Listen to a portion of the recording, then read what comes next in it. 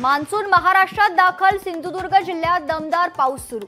हवामान विभागाची माहिती, तर आज राज्यातील काही भागांमध्ये पावसाचा रेड अलर्ट।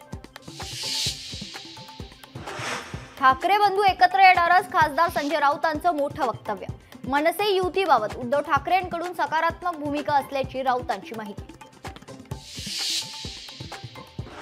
जोपर्यंत हिंदू समाज स्वतः मजबूत होत नाही तोपर्यंत जगात कुणीही त्यांची काळजी करणार नाही, राष्ट्रीय स्वयंसेवक संघाचे सरसंघचालक मोहन भागवतांचं वक्तव्य। वैष्णवी हगवणे प्रकरणानंतर आता राज्यात आणखी हुंडा प्रकरण समोर। पिंपरी चिंचवड आणि अमरावतीमध्ये विवाहित महिलांची आत्महत्या। छत्रपती संभाजीनगरमध्ये एका विवाहितेला हुंड्यासाठी पेट्रोल टाकून जाळण्याचा प्रयत्न। केंद्रीय गृहमंत्री अमित शहांचा 3 दिवसीय महाराष्ट्र दौरा। सोमवार आणि मंगळवारी नागपूर, नांदेड, मुंबईत विविध कार्यक्रमांना हजेरी लावणार। निलेश चव्हाण विरोधात बावधन पोलिसांकडून लुकआउट नोटीस जारी।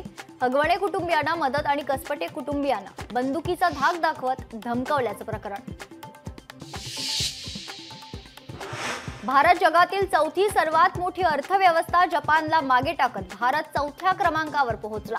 नीती आयोगाच्या अध्यक्षांची माहिती।